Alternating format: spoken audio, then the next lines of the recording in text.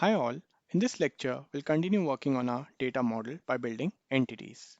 So if we go back to our slide, we'll start with the first person entity, which is a fuzzy entity. So we'll go back to Semarchy, we'll right click on entities and click on add entity. We'll give it a name of person, but we'll change the label to customer. This is because it is more aligned with what we are trying to master. We are trying to master individual customers, right? So that's why we are giving this a label of customer. The physical database table name would still stay as person, and the entity type has to be set to fuzzy matched. So what we'll do is we'll click on historize golden records and historize master records as well. We'll click on next, and now we have to define the primary key for this entity. So it is ID as per our data model. So if we go back to our slide, we have got ID as the primary key name. So we have to give ID in the name and label. And then there are two IDs. One is your consolidated record golden ID, which will be generated by Semarchy, and it has to be set to 1001 just to cater for the data sets that Semarchy has provided.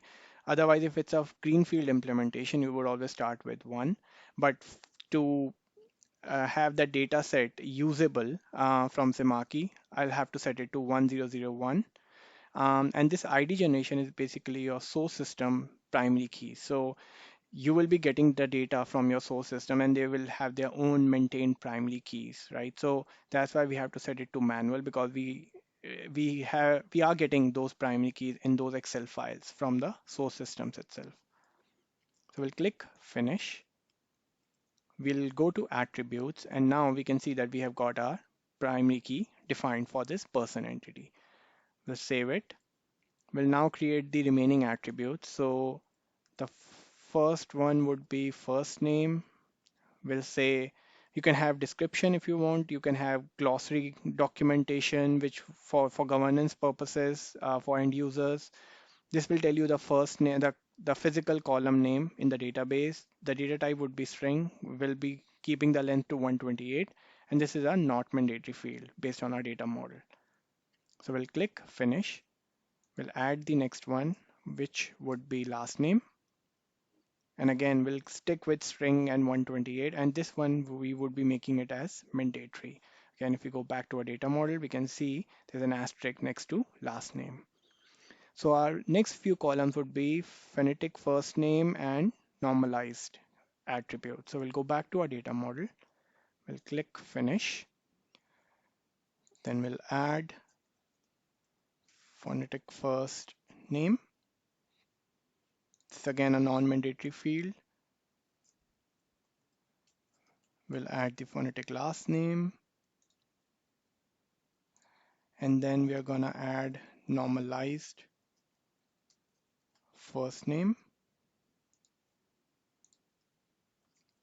and then normalized last name. Now we'll be building enrichers to populate these phonetic attributes for first name, last name, as well as normalized fields. So we'll do it in our upcoming lectures. But for now, we'll have to create these attributes in our data model to hold those values, which we would be getting from the enricher calls. So our next attribute would be nickname member ID. So we'll go back. We'll give it a name of nickname and then member ID. This would be string 11. Our next attribute would be date of birth. And as the name suggests, it has to be a date. So we'll select date. Again, non-mandatory field. Our next attribute would be a complex type. So we remember we have created source address type. So what we'll have to do is we'll have to click on add complex attribute here. Give it a name, address, based on our data model here. So we'll have address. We'll go back to our Semarchy and here we'll have to select the complex type that we have defined before. So we'll select the only one that we created and we'll click finish. We'll save the changes that we have made so far. Next, We'll see what more we have to create. We have to create normalized street, city, state. So we'll create all those. These are simple attributes. So normalized street,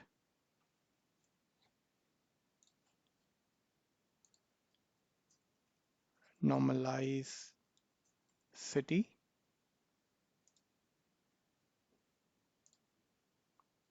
and then normalize state. Finish, save the changes. Let's go back to our data model. We have got source email, cleansed email, valid email domain. So we'll create source email. We'll have the data type of string 128 length, and this would be a mandatory field. Click finish. We'll add the next one, which is cleansed email, and this is again a non-mandatory field. Click finish, and we'll add the next one, which would be valid email domain,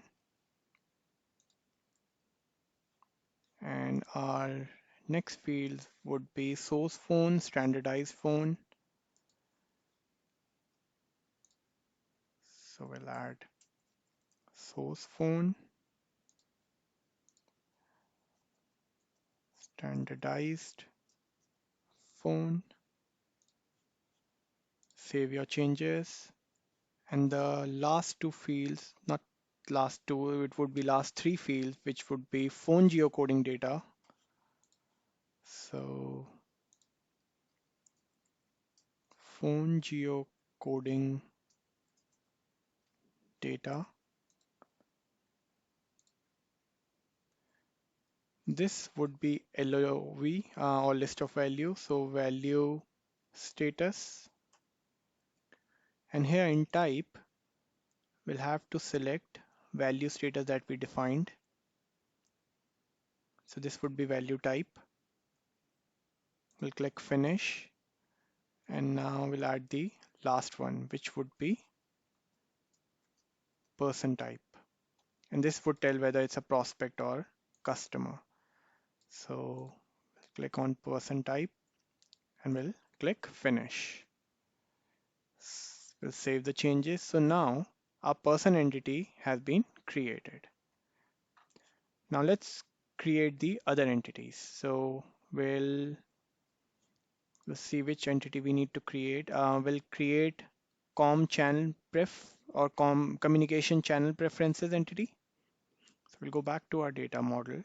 We'll right click entities and we'll give it a name of com chan pref. And again, this is going to be a fuzzy entity. So we'll click on fuzzy mashed and we'll change the label to make it more sensible. Communication channel preference. We'll historize golden records and master records. We'll click on next and again we'll change the primary key to ID. And again, as it is a fuzzy entity, we'll have to consider for both golden ID, which would again start from a specific number just to handle the data sets that Semarchy has provided and ignore any conflicts from the database with the sequence. So we'll keep it to 20001 and the ID generation would be manual again. We'll click on finish and now our second entity has been created. We'll go to attributes and let's create the remaining attributes. So if we go to our data model, we'll see we have got communication type, channel frequency, preference, and first name. So let's start with communication type. Communication type. And again, this is a list of values. So what we'll have to do is we'll have to select it from this drop down. Communication type. Click on finish.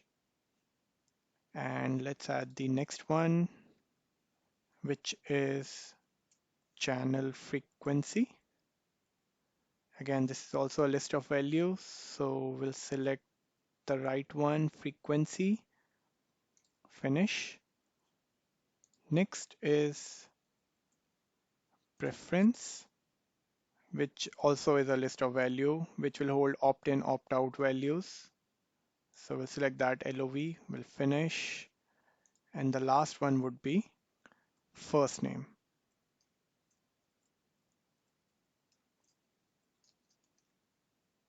This would be string 128 and click finish.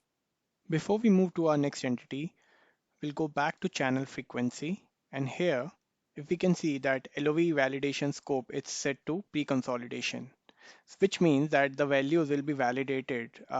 So the values coming from the source system will be validated against the list that we have in our list of value, and if it doesn't match, it will error out.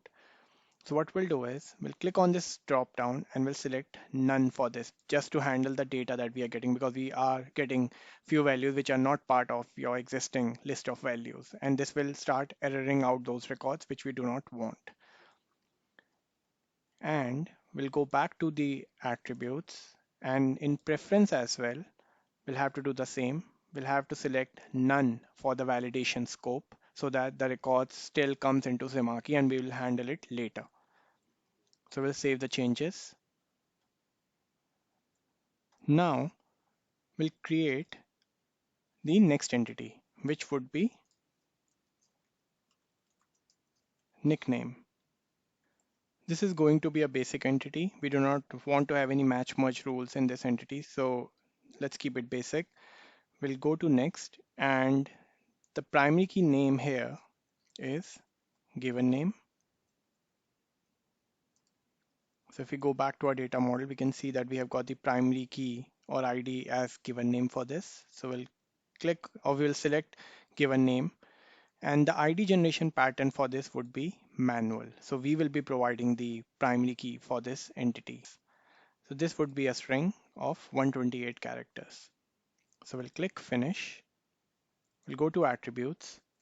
Now we'll add the remaining attributes, which would be top nicknames, top nickname, string 128, and the last one would be all nicknames. Click. We'll save the changes. Now we have got 3. Now let's create the remaining ones. Let's create product. This is again a basic entity, and the primary key for this would be ID. And this is again manual with string data type. So we'll click finish. We'll go to attributes, and now let's add the remaining attributes. So product name, we'll keep it 128. Description, we'll give the length of 4000 characters. Finish. Next would be origin.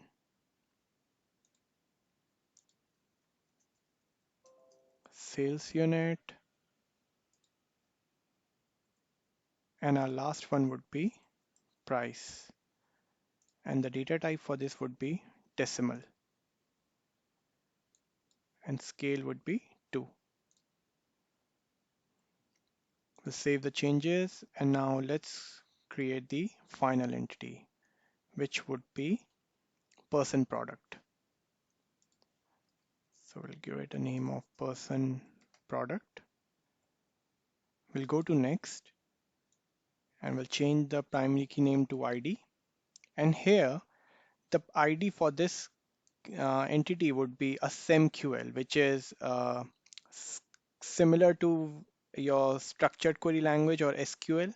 So you can build your functions in SEMQL just like you can do it in your database, but we'll have to set up the relationships to define this SEMQL for this entity. So for now, we'll just click on manual string and we'll finish it. But once we define the relationship between the entities, we'll come back to this entity and define this SEMQL, because this would be the primary key pattern for this entity, not the manual string data type. So we'll click finish. We'll go to attributes and we'll have to add the remaining attributes. So we'll add the simple attribute. So this would be purchase date. And as the name suggests, we'll have to select the date data type. And the next one would be registration date. So we'll select date data type and click on finish and we'll save it. So now we have got all our 5 entities. 2 are fuzzy and the other 3 are basic entities. And out of those basic entities, one of them is a lookup table or a reference table. So in our next lecture, we will be establishing the relationships between these entities and we'll come back to person product to set up the right primary key for this entity. See you in next lecture. Thank you.